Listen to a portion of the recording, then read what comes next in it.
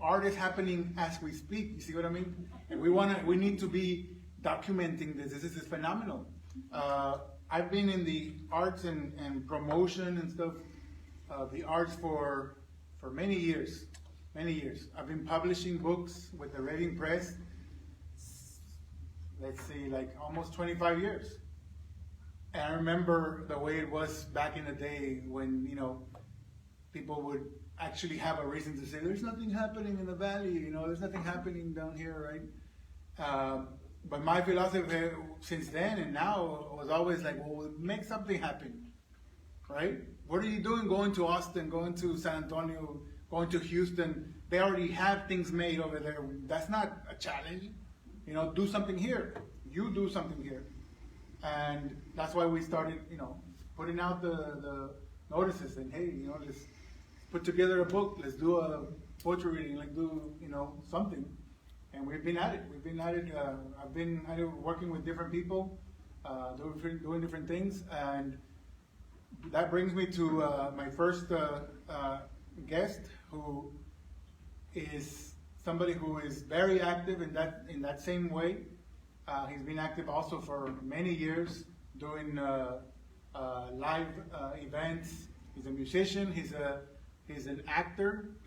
He's actually been voted best actor in the South Texas Film Festival, right? For a participation in a movie that he was in recently. He's also been in another movie called ¿Cómo se llama? Old Mexico? A Night in Old Mexico, with Robert Duvall, one of the greatest actors out there. And he had an actual part where he's face to face with Robert Duvall, as in his character, and he did such an amazing job that he impressed Robert Duvall, with just that small role. That's why it's so true. There's no small roles, right? That was a huge moment, to the point that Robert Duvall actually took the time to comment on that experience that he had with this artist that he had never met before and never worked before. And so he said, yeah, it was like the way he played it, the way he acted, it was like watching Marlon Brando at work. I'm like, wow, it's amazing. So we are honored and thrilled to have that man here today. He always does the open mics, which he calls Open Mind, which is amazing. It's an amazing concept. Always inviting people to come in and do any kind of art that you're doing. Come bring it to the Open Mind events. So I'm really grateful that he is around doing these things, and that he actually made time to come in, because he has to go back to work in a little bit. So without further ado, I want to welcome Ray Perez.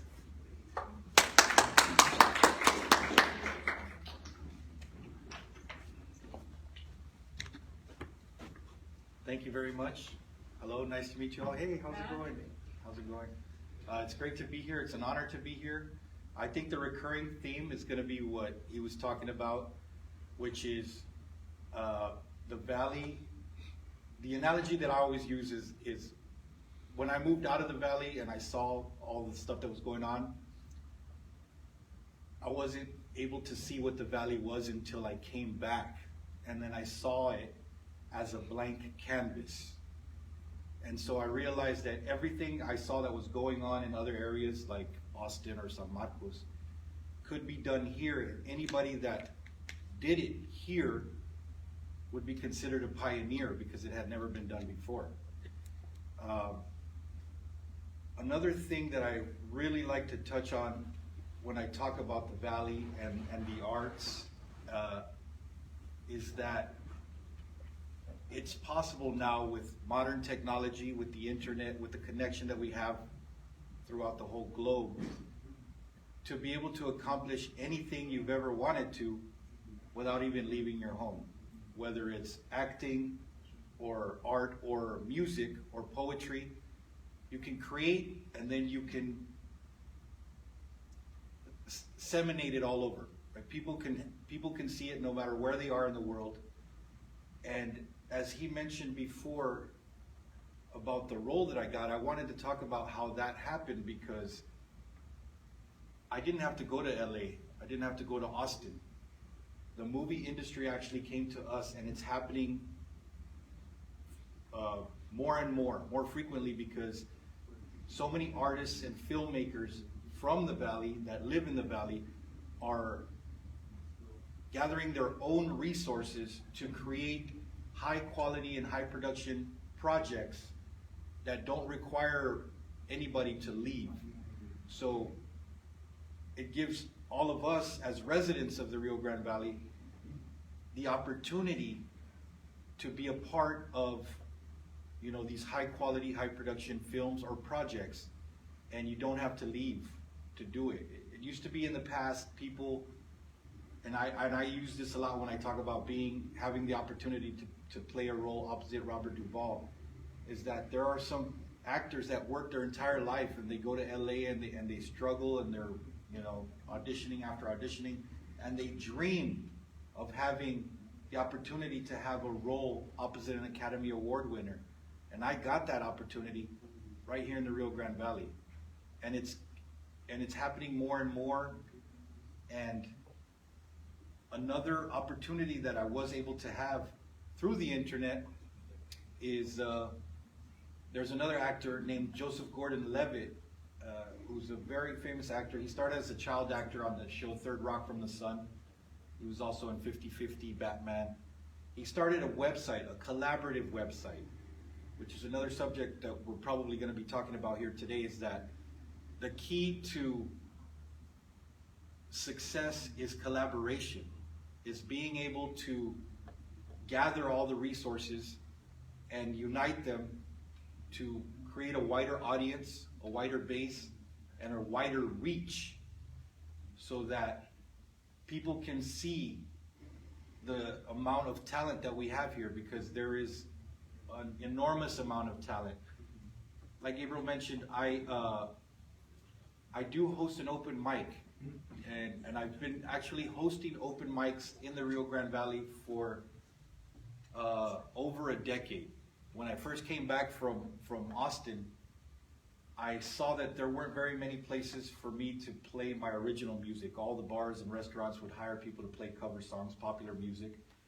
And so I said, you know, open mic was something that I saw over there, and I could probably do it here. And it had been done here before, but it wasn't on such a frequent a basis. So I just kept pushing it for years. I would go to restaurants, bars, anywhere that would allow us to have a space for local talent to just shine, you know, to have a place to create and to share their arts.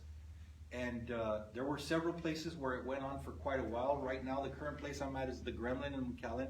We do it every Tuesday night. We welcome all art forms, comedy, poetry, music. We even have a magician that opens up the night every Tuesday. And it's wonderful, because it's an opportunity not only for beginners to practice their craft, but also seasoned professionals can come and try out new material.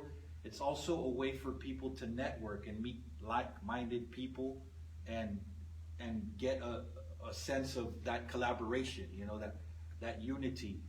And it's been a wonder and an honor to be able to witness it for over a decade, because I've seen it. I've seen the talent, and it's abundant.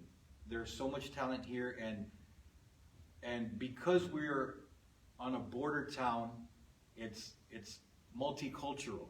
You know, it's not limited to one style or one genre. It's a mixture. It's an amalgamation of all of our experiences.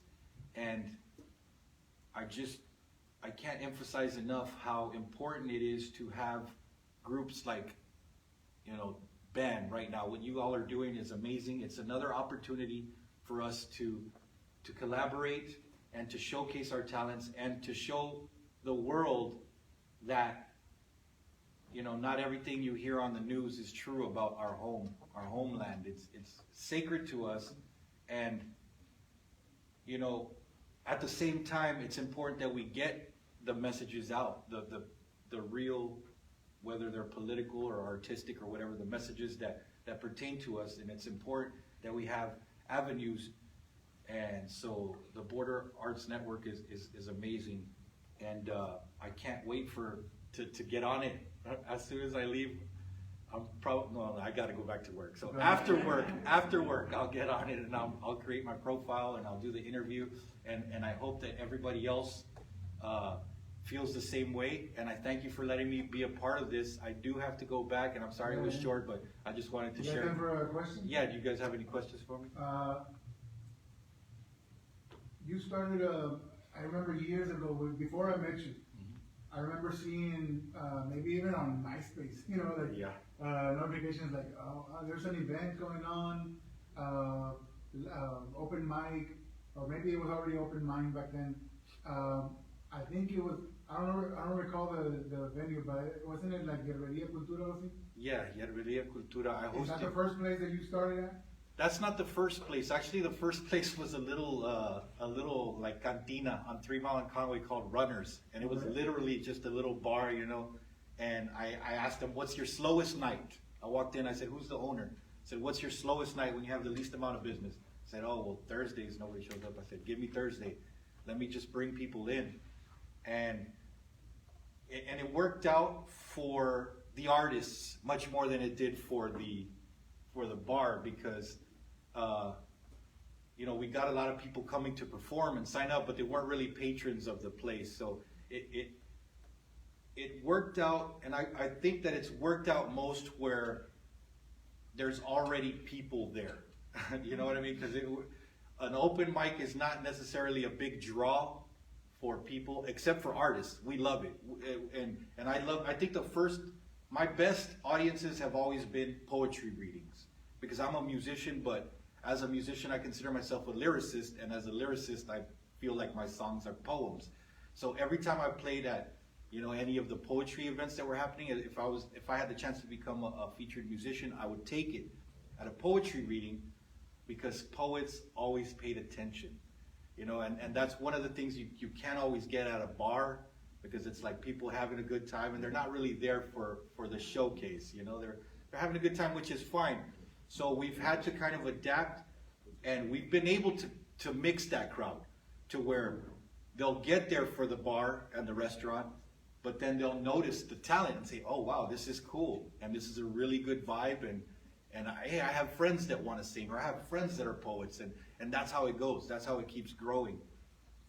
But it started at a little bar on the 3 Mile Line until it closed down, and it was funny. Like, they went out of business. It wasn't because of us, I swear. They went out of business, and I had already had this really great night planned. I had like bands that were going to show up, and I said, "Man, it's all over MySpace." Like, what am I going to do? Well, the bartender was my friend, and he said, "Hey man, I've got the key. Let's just do one last Renegade show," and we did it. So I said, "BYOB." And so everybody showed up. It was a great night. It was legendary. It was kind of a renegade open mic night. And you guys you didn't record that?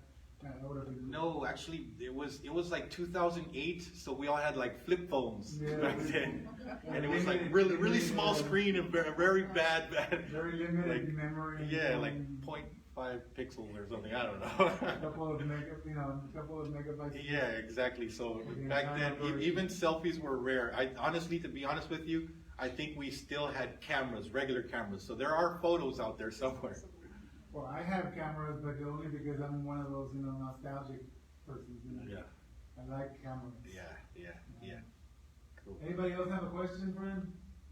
Where can we listen to your music? You can find me online at this is funny, but it's juanydebt.com. So JUANYDEBT.com, and that takes you to my Facebook page, where you can see my link tree that has my Spotify and everything. Juany Debt is a project that I have right now. It was a character I created, like a parody of Johnny Depp. And when Bronco 956 blew up at the Pulga, I kind of jumped on that bandwagon. So I've become one of the personajes from the Pulga. I really like the way you have framed the whole scene, because every weekend you say, "Let's see what new character is, what is it? Unlocked. They unlock a new It's like character. like video games. Yeah, right? exactly. Like, oh, I just unlocked a new character, right? Yeah. And when the first time I saw that, I was like, oh, that's so cool, that concept. Like, what new character is gonna be unlocked today? Yeah. And that's you can imagine that being a draw for people to go and see. I've been wanting to go, Yeah. you know, I wanna go. I've And- been so and- busy, but. And that's one of the things that I really love about what's happening at the Pulga is I was on a podcast last week, and we were talking about how it literally could not have happened anywhere else in the world. The Broncomania is what I call it, Broncomania, because the interviewer said, hey, you know, there's you know, artist imitators or impersonators all over the place. You know, there's people that look like this guy or that guy. Why is that not happening there? I said, because it can't, because the Valley is unique, and it's just all the cards fell in the right place, and it's just this formula, this magic universal thing that happened, and it's phenomenal. It is phenomenal. And so I created this character. I had already created it before the whole Pulga thing. It was just an online character for TikTok, and I was kind of retiring it, but when I saw that happen, I jumped back in, and it's been fun. Like, I've actually been invited to fashion shows. I got invited to South by Southwest, and you know, it's great what's happening at the Pulga. It's really just a bunch of people drinking and eating and dancing and singing and having a good time. Yeah, yeah. And the Pulga is very representative of our culture, I think, because people from all walks of life are there, and we're all equal. Well, except for Bronco, he's up here. We're all down here, and he's up here. Yeah. I'm joking, but yeah, you could find my stuff there. I do. You could. I have stuff on Spotify as well. My links are on there. Any other questions? Thanks a lot, man. Thanks for doing it. Thanks for coming, talking about what you're doing out there is so important, and the way you're contributing to what is going on down here is so creative that it's unique as well. And that's why I wanted to invite you, because I you know, like I said, I've been dealing with artists for such a long time, and it's rare when you come across somebody who is so free. You seem to be so free, right? Exploring, putting stuff out there. You're putting yourself out there. And I know, you know, sometimes there's, you know, the quote-unquote haters and the, you know, naysayers, whatever, and it's tough. It's tough. I know as an artist myself, you know, I know how it is to be on the spotlight and then be, you know, have people direct their hate or whatever at you. Especially if you're doing something that is slightly either political, polemic, you know. So yeah, thanks for doing it. Thanks for holding those open mind nights. I've been to those. Yeah, thank you for going. By the way, Yeah, that's it's awesome. Yeah. Really cool. So you're creating spaces, man. That's what I mean. Yeah. And this is what the band is. Yeah. It's a space. I love it. I You love know, it. a space for the arts and the creators that make it. You know? I love it. Yeah. So I thank love you. it. And I wish you all the success. I'm going to be involved as much as I possibly can and share it with everybody that I know. Thanks. And you should take some keys, access cards. Yes, thank you. I will. Spread them out. All right. Thank Thank you you all very very much. much. Thank you. Thank you so much. Thank you, man. I gotta run. Oh yeah, go ahead and take the files. There's plenty, so.